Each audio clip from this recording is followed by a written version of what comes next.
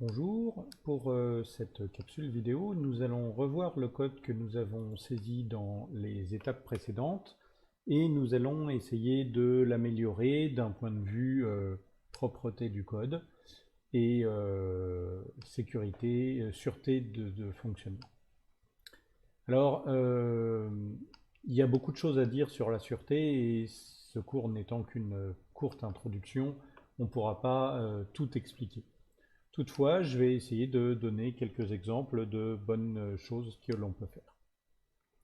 Alors, je repars de mon code précédent et l'une des choses importantes que je voudrais faire, c'est que là, lorsque ma tâche asynchrone était exécutée, on voit bien qu'il y avait des choses qui n'étaient pas faites, puisque là, j'avais une exception que je rattrapais en faisant rien.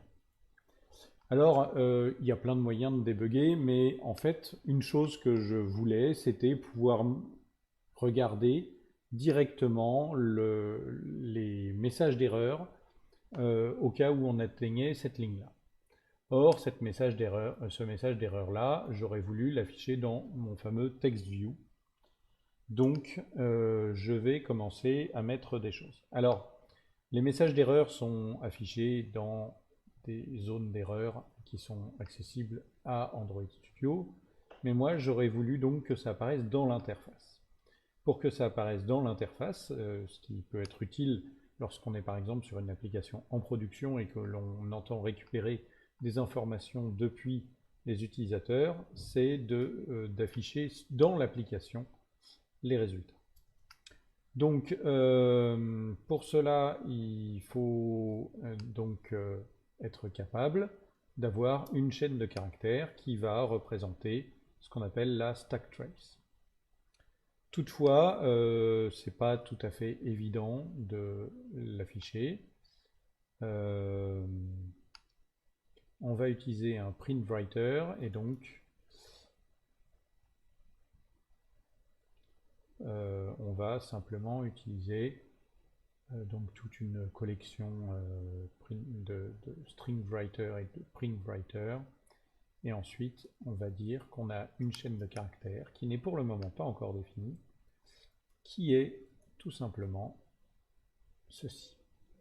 Alors le problème d'avoir, je peux toujours définir une chaîne de caractères ici, mais le problème c'est de pouvoir faire voyager la chaîne de caractères de ma partie do in background, qui est exécutée sur un fil d'exécution d'arrière-plan, et de le faire venir jusqu'à mon fil d'exécution d'UI, d'interface graphique, qui est donc en avant-plan.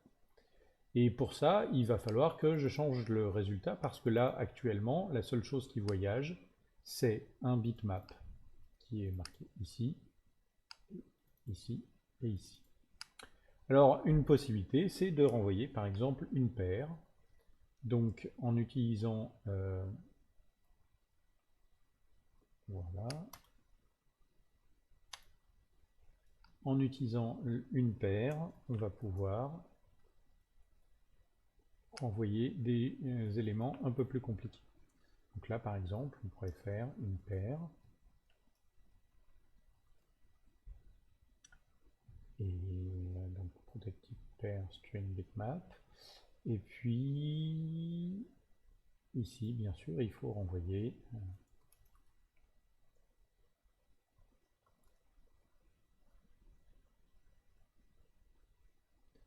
et là, on va renvoyer à la fois la chaîne success et l'image. Pour s'assurer que notre chaîne n'est jamais nulle,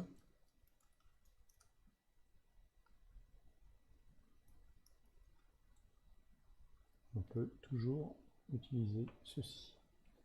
Voilà. Évidemment, du coup, ici, la donnée qui est reçue, c'est une paire.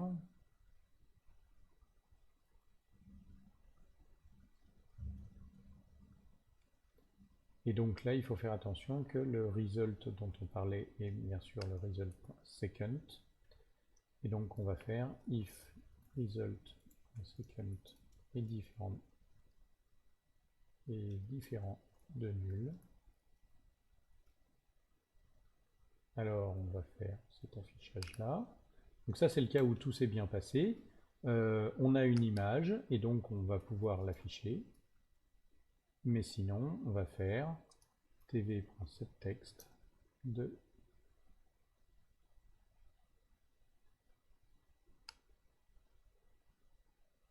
result.first.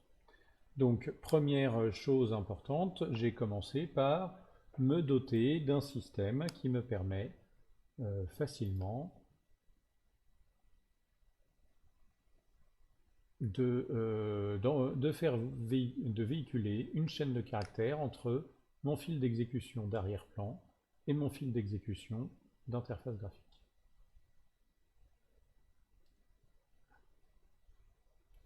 Bon, évidemment, ça marche toujours, mais imaginons par exemple que je relance en mettant une erreur dans mon URL. Normalement, il n'y aura pas de fonctionnement correct.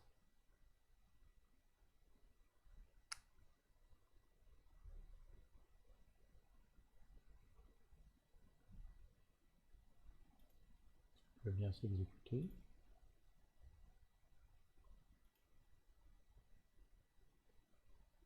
Voilà. Et donc là, dans mon interface, on me renvoie le message d'erreur. Évidemment, il faudrait changer de façon à ce que ça soit d'une taille différente, mais en cas de dépannage, ça me permet de voir ce qui se passe. Bien. On a donc résolu ce problème-là de qualité, mais il faut savoir qu'il y a un autre problème beaucoup plus général de qualité lorsqu'on utilise des async tasks, c'est la persistance des données. En effet, une activité, elle est détruite lorsque, par exemple, on tourne l'écran et donc elle est recréée. Toutefois, une classe comme ça n'est pas détruite. Et donc, si jamais on a lancé un téléchargement juste avant de tourner, eh bien, il paraît évident qu'il faut faire attention. Alors, cette classe devrait être statique. Alors, c'est effectivement une solution. C'est déjà, on peut la faire statique.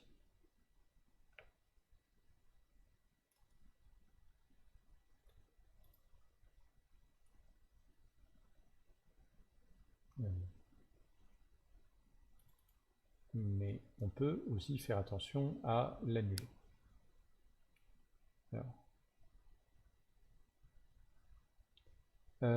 Donc, moi, une méthode que j'utilise, c'est effectivement de pouvoir l'annuler. En effet, là, je vais déclarer de façon statique ici. Non, pas statique. Je vais déclarer une variable qui sera donc une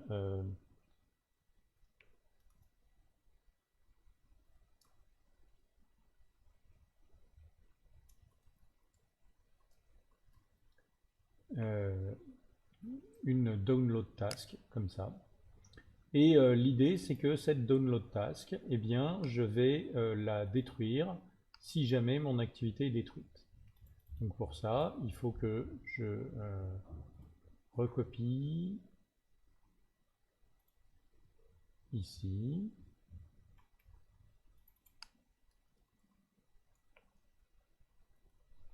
Voilà, il faut que je recopie ici. Il n'y a pas d'argument sur un destroy. Et que je dise que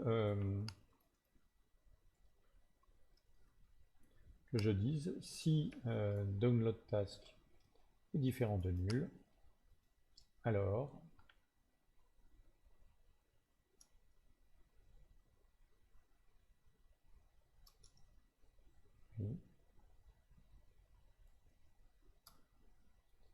si download task est différent de nul, alors il faut tout simplement annuler la tâche.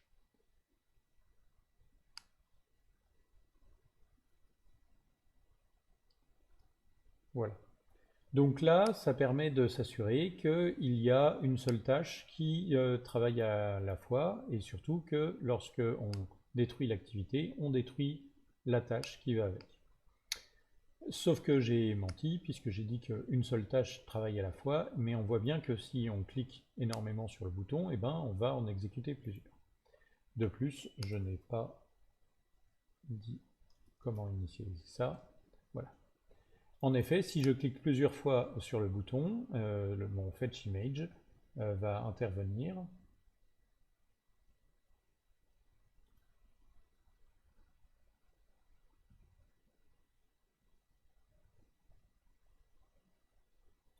Alors, pourquoi il me dit?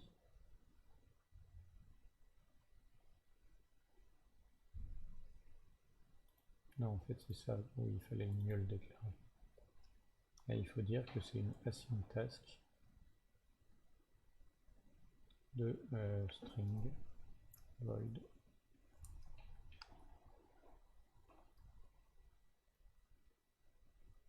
Voilà. Du coup, il n'y a plus d'erreur ici.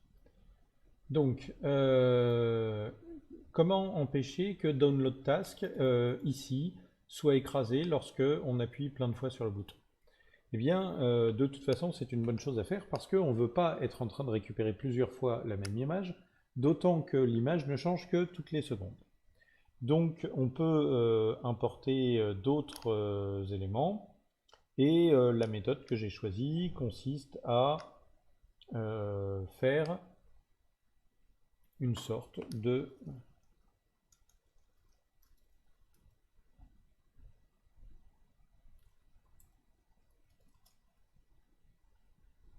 repère qui me dit quand est-ce que j'ai fait le dernier appel. Alors pour ça, on va faire au moment de l'enregistrement, là, juste avant de marquer clic, on va faire TS.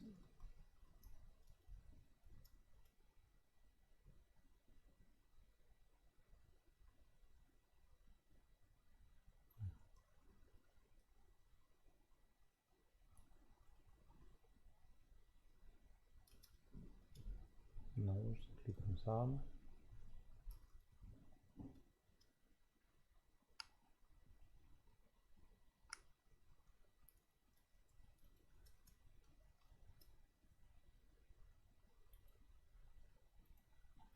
Donc là, je vais retenir à quel moment...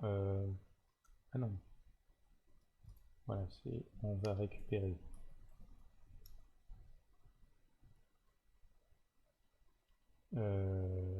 la date en secondes.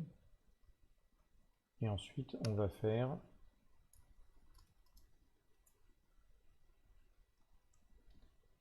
on va comparer la date courante à le dernier appel.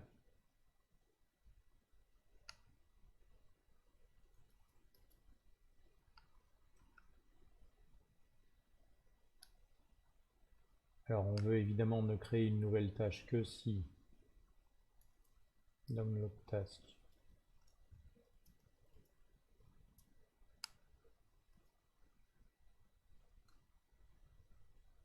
je mets beaucoup de parenthèses toujours.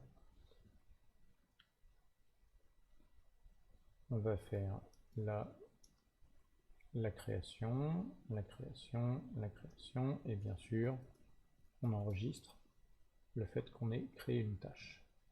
Sinon,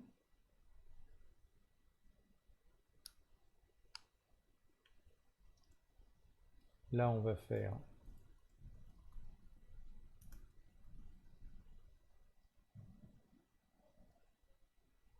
voilà. Donc on va dire d'attendre et bien sûr il faut également avoir une méthode pour une sorte d'expiration. Donc par exemple, on peut dire que si le temps courant -5 est supérieur à last call, donc ça veut dire qu'on a créé depuis plus de 5 secondes notre tâche, mais qu'elle n'a toujours pas répondu.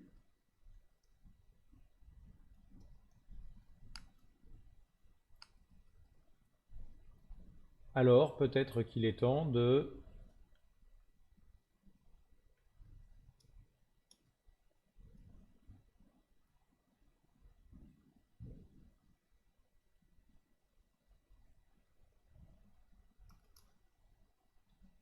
peut-être qu'il est temps de simplement dire qu'on va annuler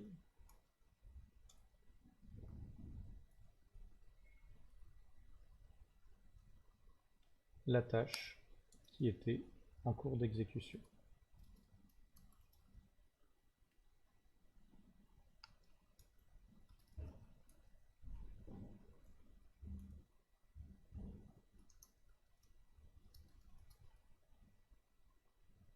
Alors là, on peut mettre le temps courant ou on pourrait mettre 0 si on veut qu'on puisse le rappeler tout de suite.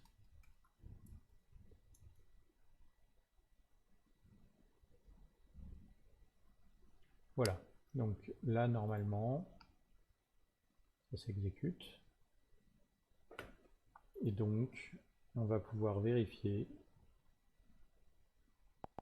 que si je clique trop souvent, comme vous le voyez, il va dire d'attendre.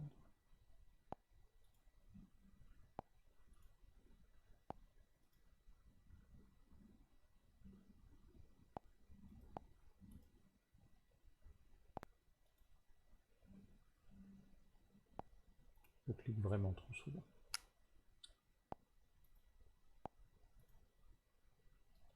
Voilà.